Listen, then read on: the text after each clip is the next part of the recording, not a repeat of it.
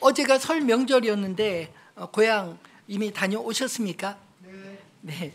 저도 명절 휴가가 이렇게 주일을 끼고 있어서 저는 주일 예배를 준비하려 목요일 가서 금요일까지 1박 2일로 빨리 다녀왔습니다. 저도 아이들과 함께 명절마다 고향에 달려가는 이유는 고향에 저를 기다리고 계신 어른들이 있기 때문입니다. 그리고 고향의 정겨운 풍경들이 낯설지 않게 반겨주기 때문 아닐까요? 평상시 자주 찾아뵙지 못해 늘 죄송한 마음이지만 그래도 명절이라도 어른들을 찾아뵐 수 있는 것이 해가 가면 갈수록 얼마나 감사한 일인지 모릅니다. 이제 저도 점점 나이 먹어갈수록 부모님 역시 우리를 영원히 기다려주지 않는다는 것을 뵐 때마다 더 절실하게 느끼기 때문입니다. 오늘 본문의 말씀은 그렇게 따뜻한 느낌의 고향에서 오히려 예수님은 배척을 받으신 이야기를 기록하고 있습니다. 예수님의 고향 나사렛 사람들이 처음부터 예수님을 배척하거나 거절한 것은 아니었습니다. 예수님이 고향에 오기 전에 이미 갈릴리 곳곳에 퍼진 소문들을 듣고 예수님의 귀향을 기대하며 맞지 않았을까요? 왜 유명한 고향의 출신들이 유명인이 되면 프랭카드를 다 걸어놓고 환영 이렇게 맞이하듯이 말입니다. 14절과 15절을 보면 예수님에 대한 소문이 고향 사람들이 어떻게 들렸는지 기록하고 있습니다. 예수께서 성령의 능력으로 갈릴리에 돌아가시니 그 소문이 사방에 퍼졌고 친히 그 여러 회당에서 가르치심에 뭇 사람에게 칭송을 받으시더라. 예수님에 대해 들려왔던 소문들은 어떤 것이었을까요? 사실 누가복음은 다른 복음서들과 달리 공생의 시작 시점에 예수님의 고향의 이야기를 다루고 있지만 다른 복음서들 보면 오늘 이 사건을 마태복음에서는 13장에 그리고 마가복음에서는 6장에 요한복음에서는 4장에 기록하고 있습니다. 예수님의 공생의 초기이긴 하지만 이미 예수님을 따르는 제자들이 있었고 또 가버나움에서 첫 번째 기적으로 가나의 혼인잔치 때 물을 포도주로 만드신 일과 수많은 병자들이 예수님께 나와 고침받은 이야기들이 소개되고 있습니다. 그리고 복음서 배치상 나사렛에 오시기 전에 이미 주님은 산상설교를 통해 천국 복음을 선포하셨고 천국의 비유를 전하실 때 예수님의 말씀을 듣기 위해 따르는 자들이 심히 많았다고 기록하고 있지 않나요? 이런 무성한 소문 탓에 사람들은 어쩌면 기대감으로 예수님의 귀향을 맞았을 것입니다. 그럼 예수님은 그들의 기대에 어떻게 응하셨을까요?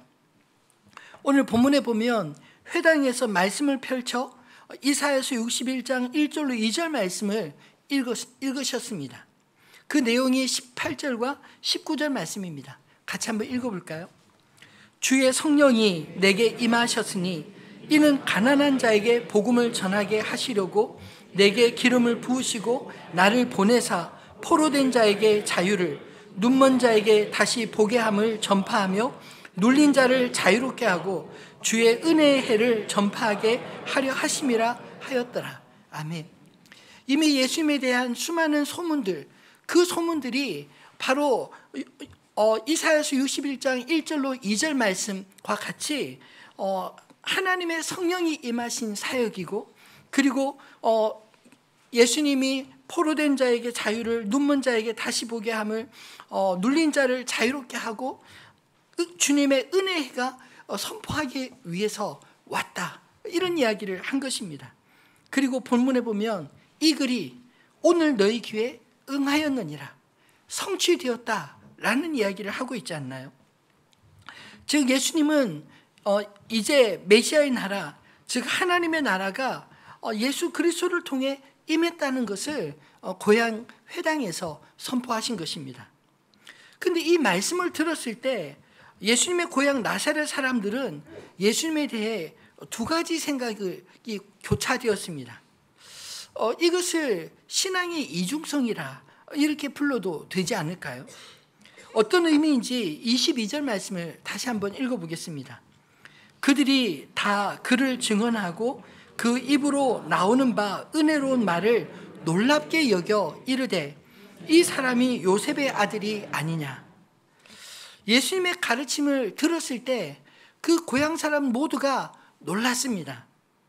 근데 딱 거기까지입니다.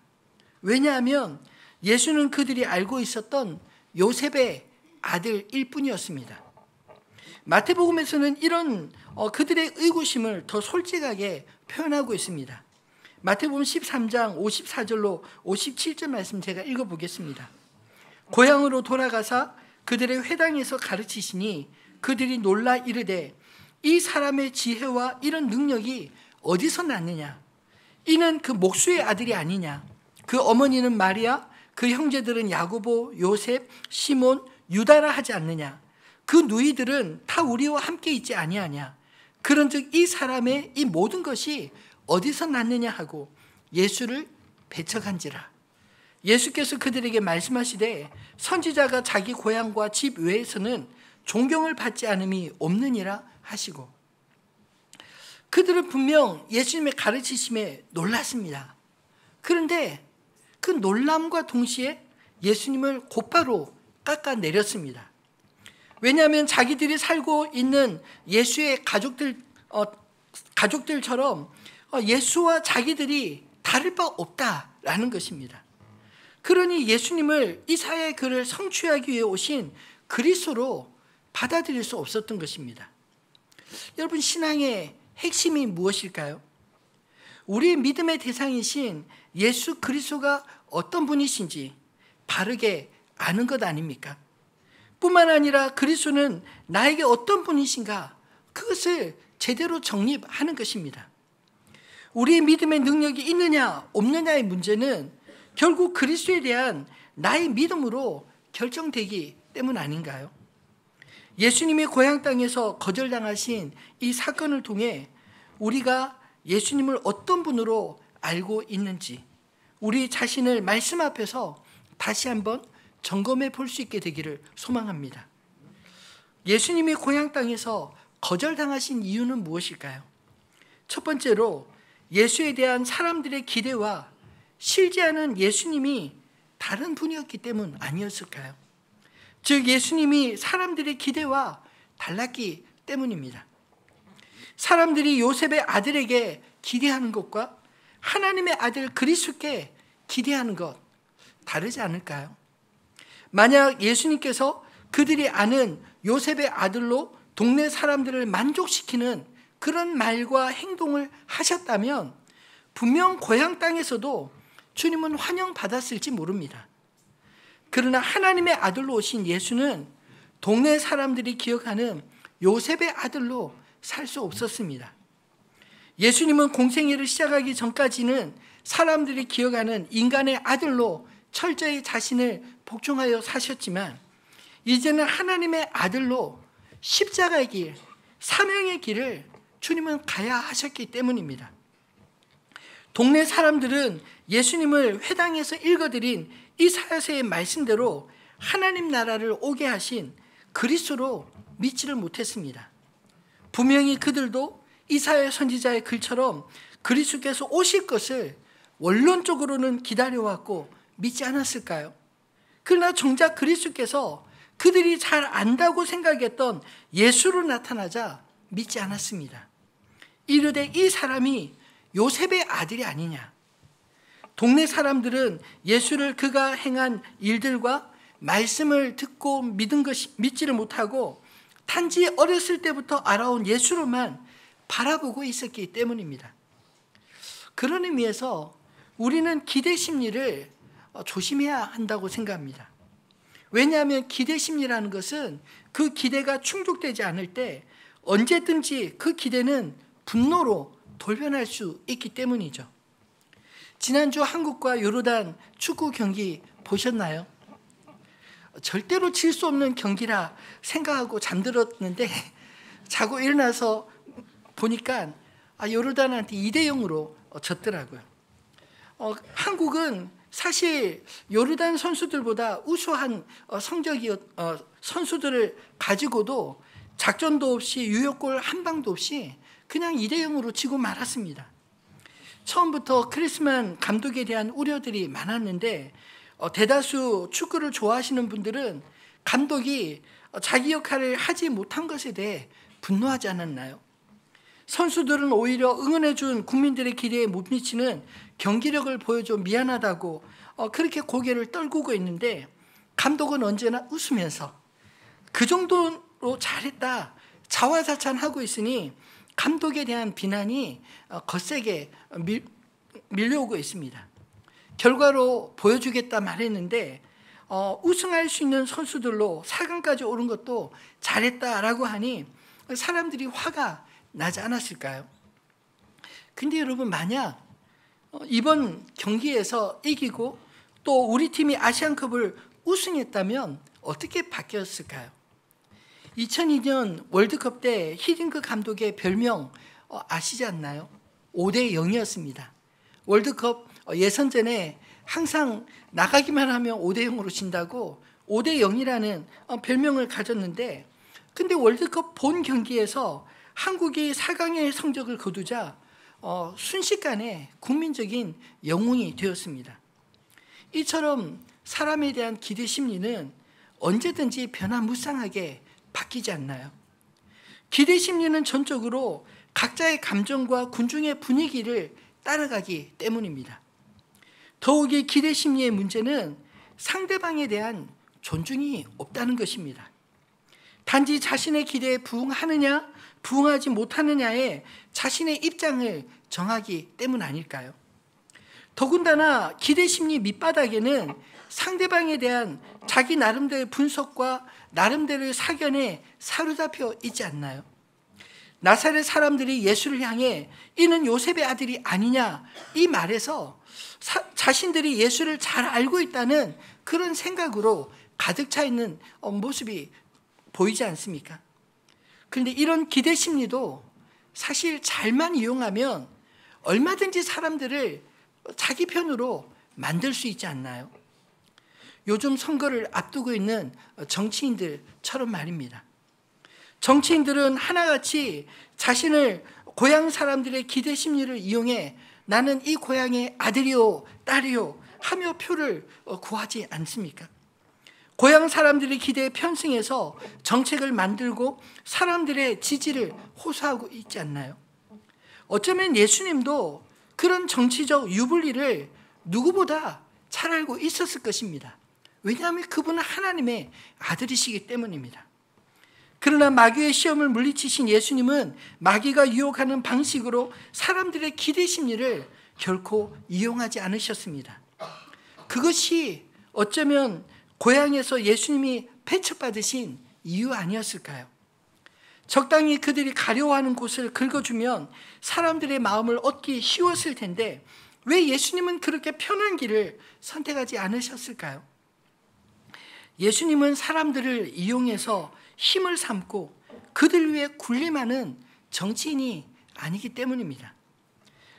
선지자들은 사람들의 마음을 얻는 자들이 아니라 하나님의 마음을 전하는 자들이기에 그들은 그 시대의 왕들과 백성들에게 늘 미움을 사지 않았나요? 그러나 여러분, 역사는 뛰어난 정치가들에 의해 움직여지는 것 같으나 실상은 하나님의 뜻대로 움직여지는 것을 우리는 성경과 역사를 통해 알고 있지 않나요? 그 시대의 왕들과 정치꾼들의 아첨이 그들을 구해주기는커녕 백성들을 죽음으로 몰아간 것을 우리는 구약의 역사들을 통해 너무나 잘 알고 있지 않습니까? 예수님은 그런 사람들의 기대에 자신을 맡기신 적이 단 한 번도 없으셨습니다. 500여의 기적을 맛본 군중들이 예수님을 배고픔을 해결해 줄 자신들의 왕으로 삼고자 했을 때도 주님은 그들을 먼저 보내시고 홀로 산에 올라가 기도하셨습니다. 대중을 움직이는 정치인의 길을 가시기로 했다면 고향 사람들의 기대를 충족시켜주면 거기서부터 시작했을지 모르지만 예수님은 인간의 죄를 대신 짊어지실 하나님의 아들의 길을 가시기 위해 고향 사람들의 기대를 스스로 저버리신 것입니다. 그 결과 고향 사람들로부터 예수를 죽이려고 나섰던 것이 아닐까요? 누가는 어쩌면 복음서의 첫 부분부터 예수님이 고향에서 배척받으신 이야기를 통해 예수에 대한 우리의 헛된 기대를 버리도록 말씀한 게 아닐까요? 예수님은 사람들이 기대하는 그리스도로 오신 것이 아니라 하나님의 뜻을 이루기 위해 오신 그리스도이시기 때문입니다. 하나님의 아들조차도 사람들에게 거절당하셨다면 우리가 사람들에게 거절당할 수 있는 것을 두려워하지 말아야 하지 않을까요? 사람들의 기대와 하나님을 믿는 믿음 사이에서 하나님을 믿는 믿음으로 믿음의 길을 뚜벅뚜벅 걸어가는 저와 여러분 되시기를 주님의 이름으로 축원합니다. 두 번째로 예수님의 고향 땅에서 거절당하신 이유는 그들이 예수님께 믿음이 없었기 때문입니다. 성경은 항상 예수님이 누구신가를 우리에게 말씀하고 있습니다. 오늘 본문의 핵심은 예수를 요셉의 아들로 볼 것이냐, 하나님의 아들로 정말 믿을 것이냐, 이 문제를 다루고 있지 않나요? 단지 예수님이 고향 사람들에게 거절당하셨다, 이 말을 하고자 하는 것이 아닙니다. 예수님이 거절당하신 것은 단지 그곳이 예수님의 고향이어서가 아니라 이사야 선지자의 예언이 예수님을 통해 성취되었다는 그 사실을 고향 사람들이 믿지 못하고 받지 않아서이기 때문이라고 말합니다. 사람들이 기대하는 것과 여러분 하나님의 소원이 항상 일치할까요? 이사야 선지자의 예언처럼 사람들이 하나님의 은혜에 과연 희년을 사모하고 그 희년을 지켰습니까? 가난한 자에게 복음이 전해지는 것 사람들이 정말 원할까요? 포로된 자에게 자유를, 눈먼 자에게 다시 보게 하고 눌린 자를 자유롭게 하는 것이 사람들이 정말 원하는 것일까요? 어떤 의미에서는 사람들의 욕심이 가난한 자들을 만들지 않나요? 그리고 포로된 자, 눌린 자들을 만들었으며 사람들의 눈을, 현실을 제대로 보지 못하도록 끊임없이 가리고 있지 않습니까? 예수님의 사역은 어쩌면 모든 사람들에게, 적어도 사회 지배층에게 별로 좋은 소식이 아니었을지 모릅니다. 사람들은 그저 예수님에게 각자가 자기가 듣고 싶은 이야기를 듣고 보고 싶은 것을 보여주기를 원하는 그 정도 수준을 요구하지 않았을까요? 그런데 예수님은 사람들의 그런 기대에 결코 부응하지 않으셨습니다. 그것이 고향 사람들이 예수를 거절한 이유였습니다. 회당에서 예수님의 말씀을 들었을 때 사람들은 예수님의 가르치심에 놀라기도 했지만 동시에 의구심을 보이지 않나요? 이 사람이 요셉의 아들이 아니냐? 이 말은 사람들이 예수님에 대해 자신들이 잘 알고 있다라는 투로 한 이야기입니다. 주님은 그들의 중심의 생각을 하시고 이렇게 말씀하십니다. 예수님께서 인용하신 속담, 의사야 너 자신을 고치라 하는 말은 남의 병을 고치면서도 정작 자신도 병들어 죽을 수밖에 없는 의사의 한계를 보여주며 비웃는 말 아닌가요? 여러분, 우리가 들은 바 가버나움에서 행한 일을 내 고향 여기에서도 행하라 하는 말은 예수님을 무시하는 그들의 본심인 것입니다. 그들은 마치 예수님이 마술 같은 기적을 보여주기를 원했지 예수가 자신들에게 선지자 노릇을 하는 걸 결코 원하지 않았던 것입니다. 그들에게 예수님은 요셉의 아들 그 이상도 그 이하도 아니라는 태도로 대하고 있지 않나요? 그들의 마음을 아시고 예수님은 그들에게 북이스라엘의 유명한 두 선지자의 이야기를 들려주었습니다. 그 시대에 수많은 과부들과 수많은 문둥병자들이 이스라엘에 있었지만 이 엘리야와 엘리사는 그 땅의 과부와 그 땅의 문둥병자들을 고쳐주고 구원하지 않았습니다. 오히려 엘리야는 이방의 시돈 땅 과부 사렙다 여인을 찾아가 구원하였고 엘리사는 당시 이스라엘과 오히려 적대적 관계에 있었던 수리아 군대 장관 나하만의 문둥병을 고쳐주었습니다. 예수님께서 왜 이스라엘에 그토록 많은 과부들과 문둥병자들이 있었지만 그 엘리야와 엘리사가 그들을 구원하지 못하고 이방인들을 구원했는가? 이 이야기를 묻고 있었습니다. 왜요? 그들이 선지자를 알아보지 못했기에, 아니 선지자를 환영하지 못하고 박해했기에 그랬다는 것이죠. 오히려 이방인들, 그들을 알지도 못했던 그런 이방인들을 주님은 긍휼히 여기시고 그들에게 보내사 그들을 구원하셨다, 이 이야기를 해주었습니다. 그 이야기를 듣자마자 동네 사람들의 표정이 바뀌고 말투가 바뀌기 시작했습니다. 28절로 29절 말씀은 사람들의 그 기대에 찬 눈빛이 분노의 눈빛으로 바뀌는데 불과 몇 분도 걸리지 않았음을 보여주고 있지 않나요? 심지어 고향 사람들은 예수를 죽이려고 동네 밖으로 쫓아내어 낭떠러지에 끌고 가 밀쳐 떨어뜨리려고 했습니다.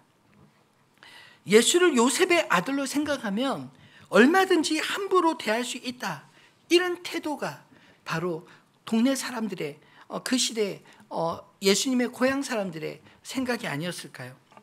만약 예수님이 하나님의 아들이라는 믿음이 있었다면 어떻게 변할까요? 요한복음 4장에 사마리아 사람들은 사마리아 여인이 예수를 만나고 자기가 메시아를 만났다 동네 사람들에게 소개하였을 때 그들 역시 예수님을 만나 뵙고 예수님을 구세주로 믿었다라는 말씀이 기록되어 있습니다. 근데 이 기록된 이야기가 바로 오늘 본문과 같은 병행구 바로 앞에 일어난 사건입니다. 한번 같이 읽어볼까요? 요한복음 4장 39절로 44절 말씀입니다. 여자의 말이 내가 행한 모든 일을 그가 내게 말하였다 증언하므로 그 동네 중에 많은 사마리아인이 예수를 믿은지라. 사마리아인들이 예수께 와서 자기들과 함께 유하시기를 청하니 거기서 이틀을 유하시며 말씀으로 말미암아 믿는 자가 더욱 많아 그 여자에게 말하되 이는 우리가 친히 듣고 그가 참으로 세상의 구주이신 줄 알미라 하였더라. 이틀이 지나매 예수께서 거기를 떠나 갈릴리로 가시며 친히 증언하시기를 선지자가 고향에서는 높임을 받지 못한다 하시고. 아멘. 이스라엘 사람들이 사마리아 사람들 얼마나 무시하고 미워했는지 우리가 성경을 좀 아시는 분들은 이미 알고 있지 않나요? 그래서 유대에서 갈릴리로 갈 때 일부러 사마리아 땅을 거치지 않으려고 삥 둘러갔다고 합니다. 근데 예수님은 유대에서 갈릴리 고향으로 돌아가실 때 사마리아 땅을 지나가셨습니다. 그리고 그 중에 우리가 잘 아는 사마리아 여인, 우물가에서 그 여인을 만나고 그 여인에게 복음을 전해 주었을 때 그 여인이 자신의 부끄러운 수치된 일을 다 알고 있는 예수님을 만난 것을 부끄러워하지 않고 오히려 동네에 가서 나의 모든 것을 알게 한 그를 와서 보라. 그리고는 사람들을 주께로 인도하여 그 사람들도 예수님을 믿게 되었다. 그리고 오늘 본문 말씀한 것처럼 이 여인에게 너가 한 말이 아니라 우리가 직접 보니 정말 구주인 것을 믿게 되었다라고 고백하고 있지 않나요? 그리고 오늘 본문 43절에 이틀이 지나매 예수께서 거기서 갈릴리로 가시며 친히 증언하시기를 선지자가 고향에서는 높임을 받지 못한다 하시고. 이 이틀이 지나고 갈릴리에 간 곳이 어디였을까요? 오늘 본문에 이 고향 나사렛에 가서 그곳에서 배척받으신 일을 압축해서 한 말이 아니겠습니까? 여러분, 그토록 오랜 시간 예수님은 고향 사람들과 있었지만 그들은 오히려 예수를 배척한 것이 엘리야와 엘리사 시대와 이야기와 똑같지 않나요? 이방인처럼 취급하였던 사마리아인들은 예수님을 구세주로 영접했지만 그들은 오히려 우리가 잘 안다, 그는 요셉의 아들이다, 그의 어머니는 마리아하고 그의 형제들, 그의 누이들은 우리와 지금 함께 살고 있지 않느냐, 이러면서 무시한 것입니다. 여러분, 우리 신앙의 가장 큰 걸림돌이 무엇일까요? 어쩌면 우리가 예수를 잘 안다고 하는 그 생각들이 오히려 우리의 신앙을 걸림돌이 아닌가요? 그것이 믿음이면 좋은데 실상은 오랜 간접 경험으로 예수님에 대한 오해와 편견만 그렇게 쌓여 있는 것은 아닌가요? 예수님을 아는 만큼, 믿는 만큼 주님이 우리 안에서 일할 기회는 점점 많아지는 줄 믿습니다. 근데 오히려 우리가 성령의 역사를 막아설 때가 훨씬 더 많지 않은가요?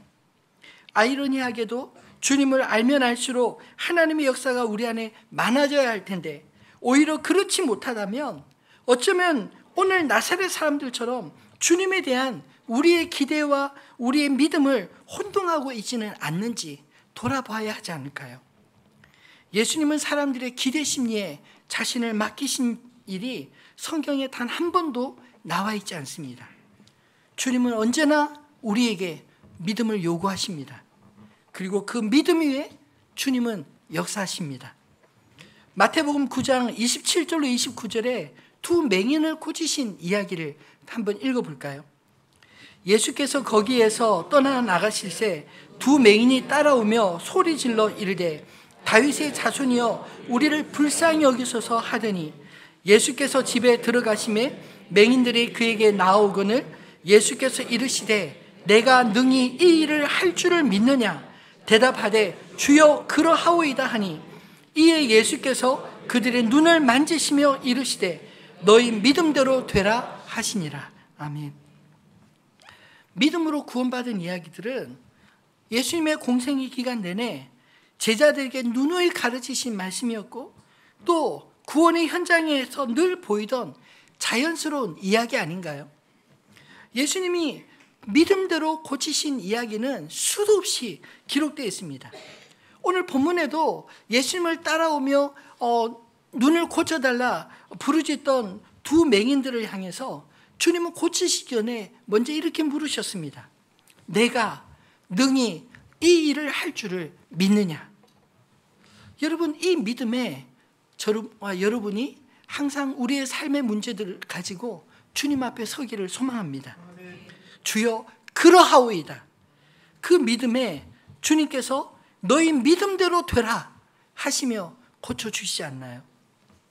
사랑하는 성도 여러분, 예수님을 향한 우리의 믿음이 우리 인생 가운데 주님의 역사를 경험하는 통로인 것을 깨닫게 되시기 바랍니다. 그리고 우리 가운데 믿음의 역사들이 날마다 나타나기를 소망합니다. 말씀을 맺겠습니다. 믿음이 없는 곳에는 하나님의 역사도 없습니다. 그것을 바꿔 말하면 믿음이 있는 곳에는 하나님의 역사도 넘친다. 이런 뜻 아닌가요? 우리가 예수를 믿는데 왜 우리 안에 예수님의 능력이 나타나지 않을까요? 오늘 본문의 마지막은 이렇게 마치고 있습니다. 30절에 예수께서 그들 가운데로 지나서 가시니라. 그들 가운데 머무시고 그들 가운데서 말씀하시고 그들 가운데서 그들의 필요를 채우신 것이 아니라 그들 가운데로 지나서 가시니라. 이렇게 기록되어 있습니다. 본문과 병행구의 마태복음 13장 58절은 또 이렇게 기록합니다. 그들이 믿지 않음으로 말미암아 거기서 많은 능력을 행하지 아니하시니라. 혹시 나사렛 사람들과 같이 우리에게 예수님에 대한 잘못된 편견과 오해가 있는 것은 아닐까요? 뭐 그렇게 기도한다고 주님이 들으시겠어? 주님 앞에 기도하는 사람이 수도 없이 많은데 나까지 거 기도한다고 내 기도까지 들으실까? 귀찮게 기도할 필요 없어. 그냥 자기 능력대로 살면 돼. 예수를 믿기는 믿지만 실제로는 예수님을 믿음으로 살지 않고 우리 각자의 능력으로 각자의 힘으로 각자의 백그라운드로 그렇게 살아가고 있는 것 아닌가요? 그리고 믿음으로 기도하는 사람들 보면 오히려 비꼬듯이 말하지 않습니까? 뭐 그렇게 기도한다고 하나님 들으실 것 같아?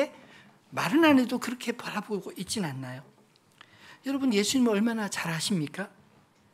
예수님을 우리가 잘 안다고 생각하지만 그것은 예수님에 대해 성경의 지식을 조금 아는 것일 뿐 실제로 주님과 우리와의 교제가 막혀 있어서 우리가 주님을 의지하지 않고 주님과 전혀 상관없이 살고 있지 않은지 돌아볼 수 있게 되기를 소망합니다. 제가 청년 때 읽었던 책 가운데 오랫동안 잊혀지지 않은 책 제목 그리고 늘 이렇게 되뇌이는 책 제목이 있습니다. 예수라면 어떻게 하실까? 찰스 셀던이 지은 기독교 베스트셀러 중에 하나입니다. 혹시 아직까지 읽어보지 못하신 분이 있다면 한번 읽어보시면 좋겠습니다. 여러분, 예수를 우리가 진심으로 믿는다면 우리의 삶에 어떤 일이 일어날까요? 예수라면 어떻게 하실까 물으며 성경의 이야기를 우리 삶에 실제로 가져와서 믿음의 눈으로 바라보면 수많은 변화들이 나타나지 않겠습니까? 우리가 생각하는 것이 또 우리가 판단하고 결정하는 것에 주님이라면 어떻게 하실까? 그 한마디로도 수없이 많은 생각의 변화가 따라오지 않을까요?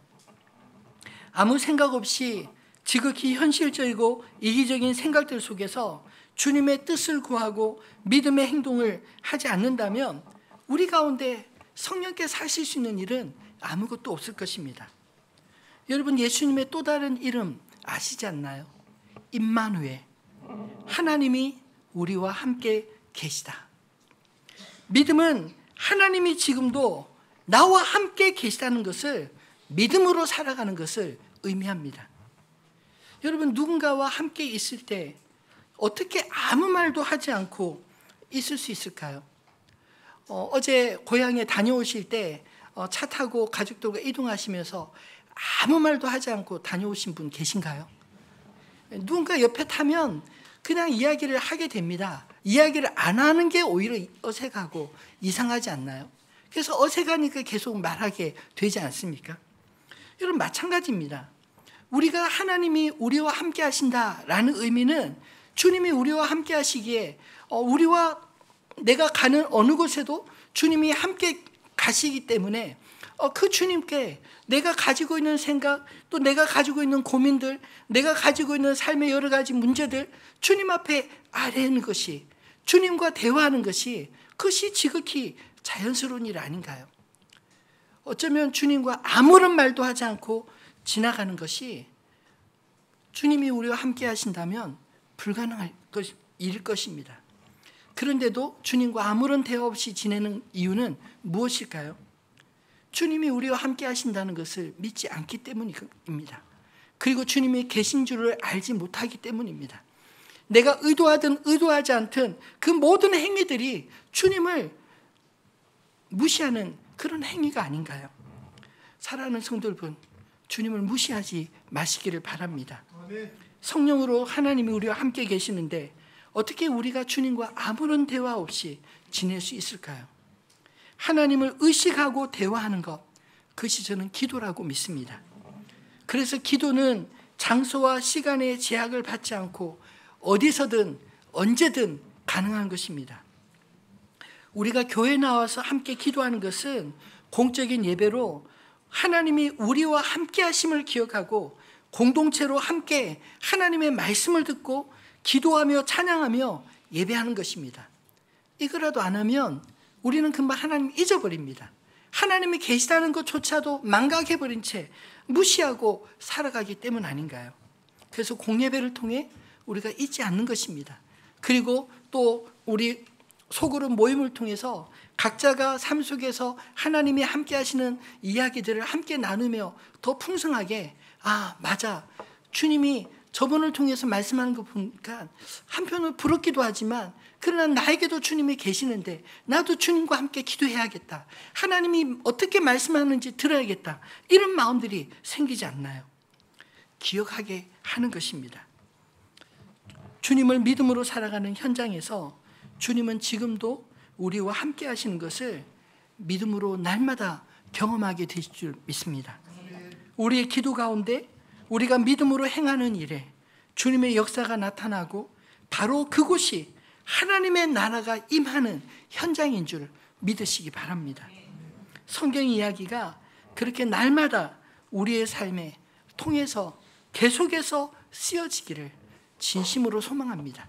그렇게 쓰여진 이야기를 우리 자녀들이 듣고 우리의 가족들이 보고 그리고 우리가 믿는 그 믿음대로 우리의 자녀들, 우리의 이웃들, 우리의 가족들도 우리를 통해 예수 그리스도를 만나게 되어질 줄 믿습니다.